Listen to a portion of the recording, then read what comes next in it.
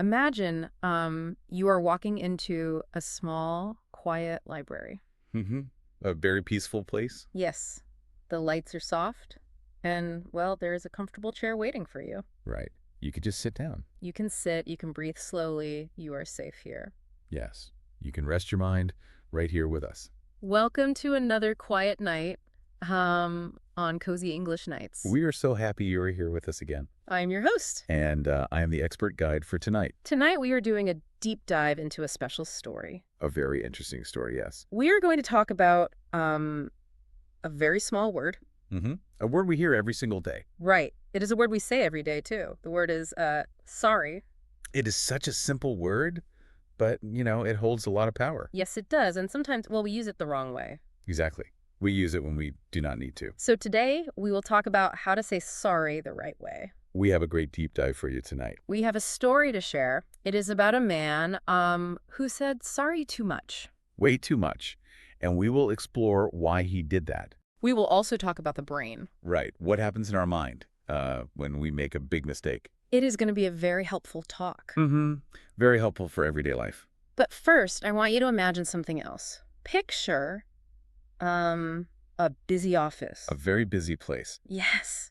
It is morning. The phones are ringing. People are walking fast. They are, holding hot coffee. Right. They are looking at their computers. It is a place with a lot of noise. A place with a lot of stress. People are moving around each other quickly. So in a busy place like this, well, we want to be polite. Mm-hmm.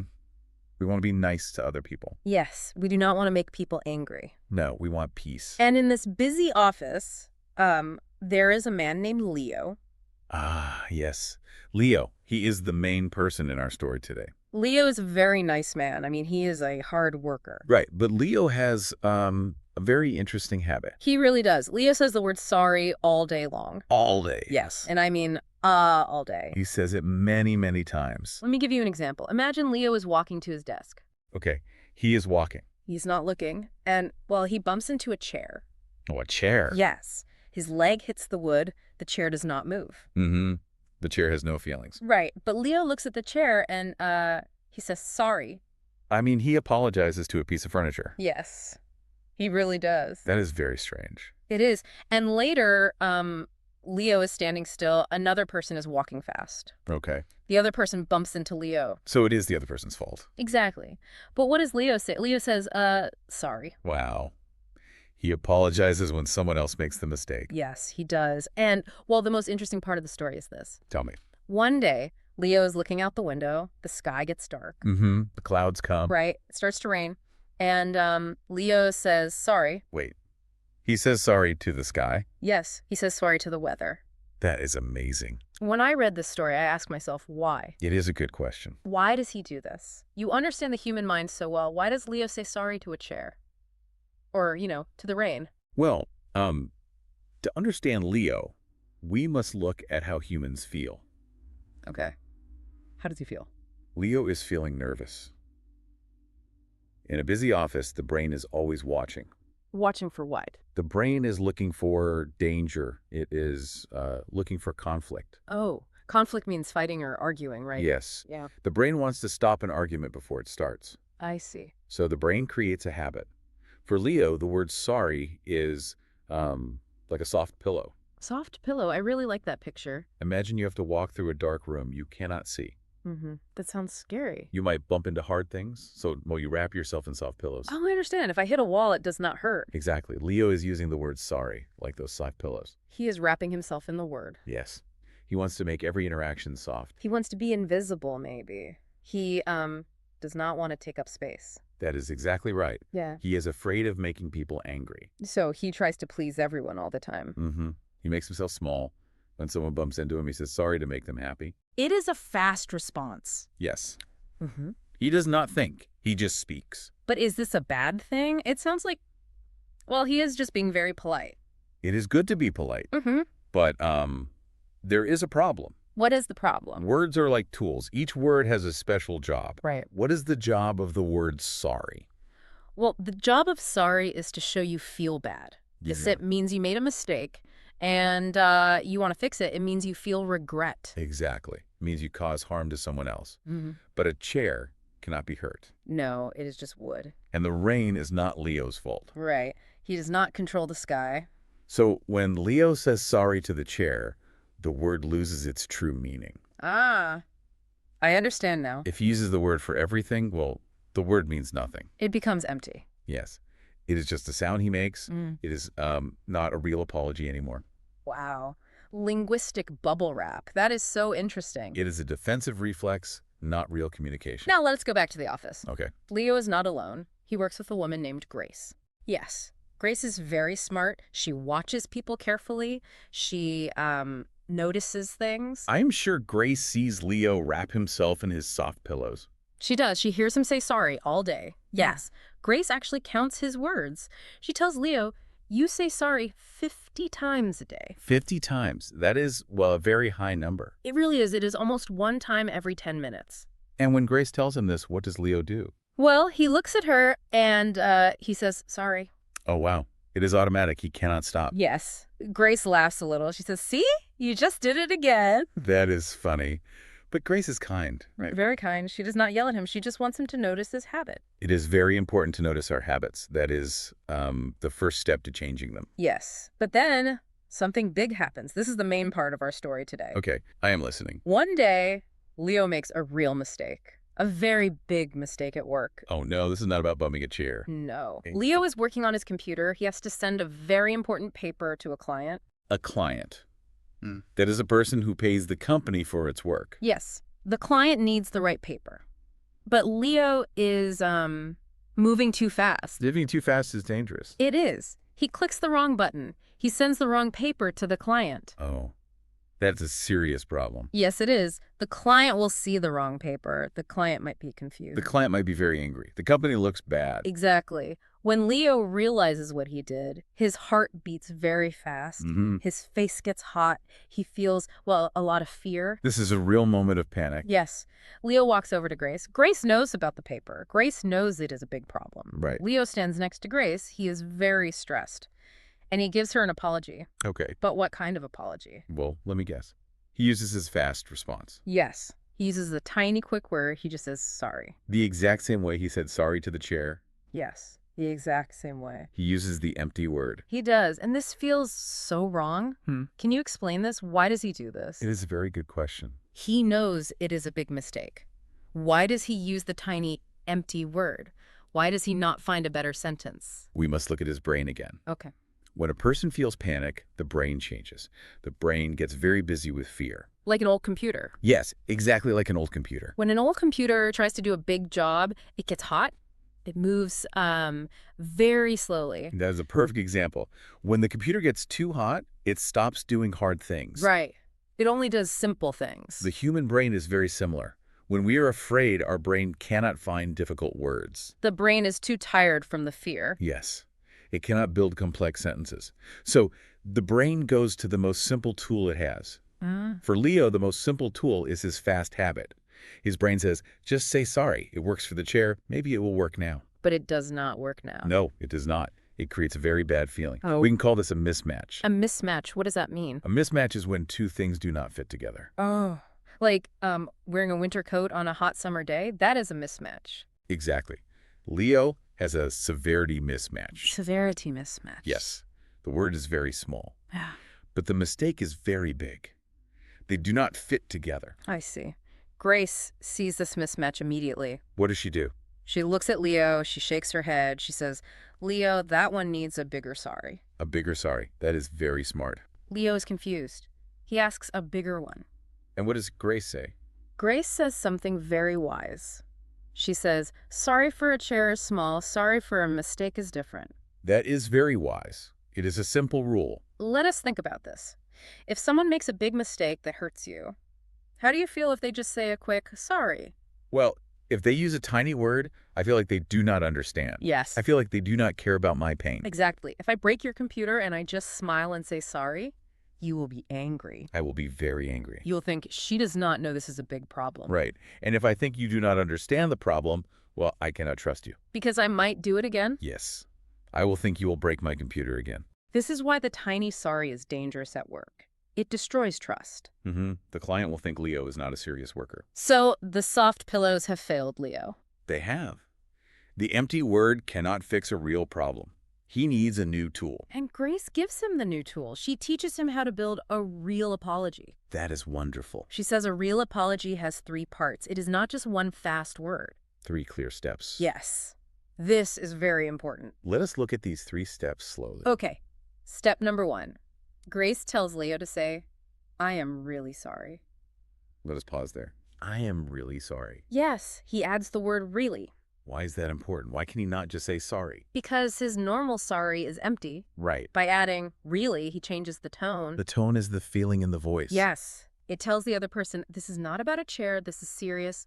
I feel real regret. It prepares the listener. It tells the client, I am giving you a real apology now. Exactly. It opens the door for the next step. Okay. Let us look at step number 2. Grace tells Leo to say, that was my mistake. That was my mistake. Yeah. This is the most important part of the apology. Our story says Leo must look at the client. He must not hide. He must not make excuses. An excuse is when we blame something else. Yes. But I have a question. This is a real worry I have. Tell me your worry. I think many people listening have this worry too. We all have worries. What is it? Well, if I say, that was my mistake out loud, I feel scared. It is scary. I feel naked. Does this make me look bad? If I tell my boss I made the mistake, will my boss think I am stupid? That is a very normal fear. We all want to look smart. Yes. We all want to look good at our jobs. Right. My first thought is always to hide. I want to say the computer had a problem or the rules were not clear. I want to protect myself. But let us think deeply about that. Does hiding the mistake really protect you? I do not know. Maybe. Let us pretend you are the boss. Okay, I am the boss. And I work for you. Yeah. I send the wrong paper to a client. Oh, a big mistake. Yes. And you know I sent it. You have the proof. Right. I can see the email. I come to your desk. I say the internet was very slow. The computer clicked the wrong button. The office was very loud. How do you feel? Well, I feel frustrated. I feel like you are not telling the truth. I know you clicked the button. The computer did not click it. Exactly. The boss already knows there is a mistake. Right. The client already knows they have the wrong paper. You cannot hide the fact. It is already in the light. That is true. The client is looking at the wrong paper. When you make an excuse, you give the boss more work. More work. The boss has to argue with you. The boss has to prove you were wrong. Ah. The boss has to carry the heavy weight of the problem alone. Because I am not helping them carry it. I am running away. Yes, you are protecting your own feelings, but you are leaving the boss with a big mess. That is not fair to the boss. No. But if you walk to the desk and say, that was my mistake, I clicked the wrong button, what happens? I think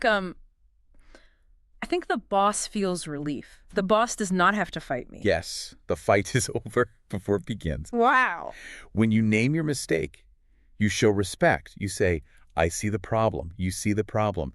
We were looking at the same thing. It shows you are brave. It takes a lot of courage to say, I did this. Yes. It takes a lot of courage. It shows you are a strong person. People trust strong people. Even when strong people make mistakes. That makes a lot of sense. So naming the mistake is not a weakness. No. It is a strength. Yes. That is the lesson of step 2. Never hide. Never blame the computer. Okay. So we have step 1. I am really sorry. Right. We have step 2. That was my mistake. Now, step number 3. Grace tells Leo to say, I will fix it right away. Action. This is about doing something. Yes. Why is this step important? What do you think? If I already said I was sorry and I already said it was my fault, is that not enough? Let us test it. Imagine I break your favorite coffee cup. Oh, my favorite cup. I say, I am really sorry.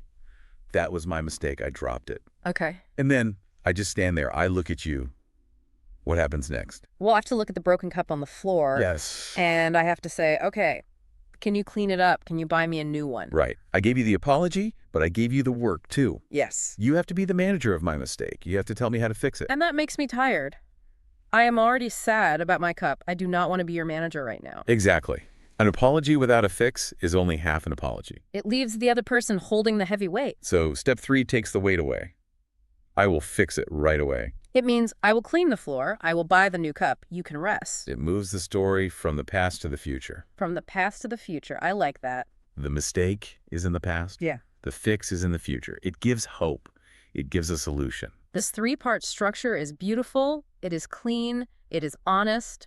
Let us review the 3 parts one more time, very slowly. Step 1. I am really sorry. Step 2. That was my mistake. Step 3. I will fix it right away. So what does Leo do? Does he try the new tool? He does. Leo is brave. He takes a deep breath. He calls the client.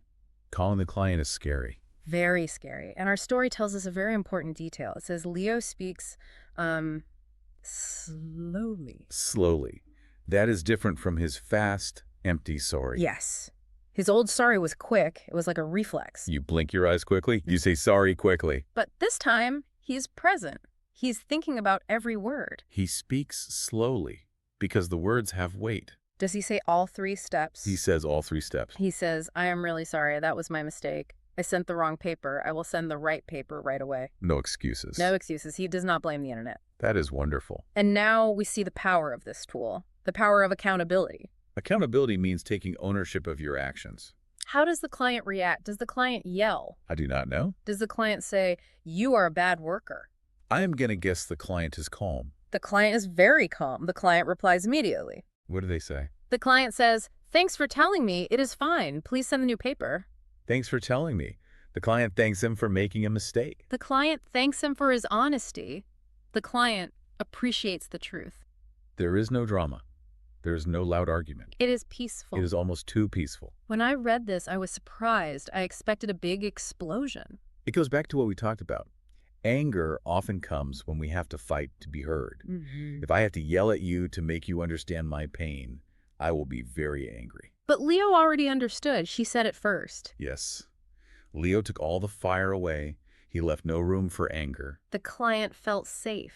The client knew Leo was taking care of the problem. This changes Leo's life. After this day, the story says Leo is different. He drops these soft pillows. He stops apologizing to chairs. He stops apologizing to the weather. He learns to hold the word sorry inside. Yes. He uses it much less. But here is the amazing part. What is it? Because he uses it less, people believe him more. This makes perfect sense. It is like the rules of money. Can you explain that? How is saying sorry like money? Think about paper money. Okay. Paper money. If a country prints too much paper money, what happens? Well, if everyone has $1 million in their pocket, is $1 special? No. If everyone has millions, $1 cannot buy anything. The money becomes weak. It loses its value. Yes. That is what Leo did with his words. He printed 50 apologies a day. He flooded the office with apologies. So his words became weak.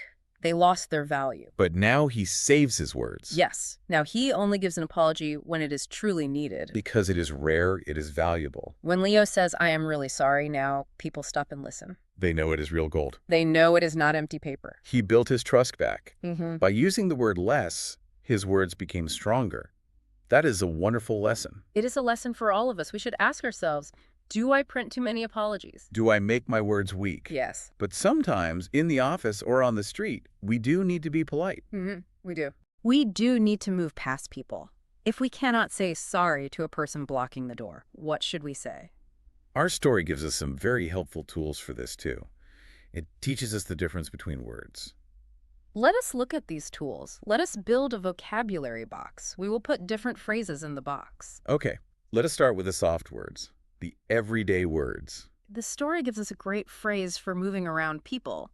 The phrase is, excuse me. Excuse me. This is a very useful phrase. When do we use excuse me? We use it when we need to navigate space.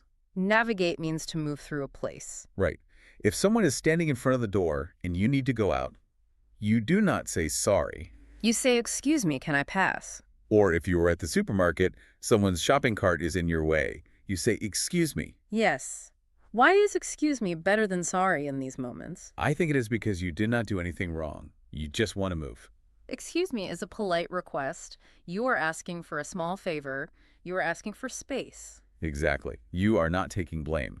Sorry means I did something bad. Excuse me means I need to move, please. If I am at the supermarket and I say sorry to the person with the cart, Yes. I am taking the blame for walking in the store. And you are allowed to walk in the store. You have a right to take up space. You do not need to apologize for existing. Wow. You do not need to apologize for existing. That is deep. Leo was apologizing for existing. Yes. So we use Excuse me, to get attention or to get space? Excuse me, do you know the time? Excuse me, is this seat free? That is very clean. It keeps the word sorry safe from mistakes. What are the other tools in our box? We have the heavy words. We already talked about them. I am really sorry. That was my mistake. I will fix it. We use these for real damage, for real mistakes. And the story gives us one more tool, a formal tool. Yes. My apologies. My apologies. This is a very nice phrase. It sounds very professional. When do we use this one? We use it often in writing, in an email. Oh. If you are late sending an email, you can write, "My apologies for the delay." It means the same thing as sorry, but it is wearing a suit and tie.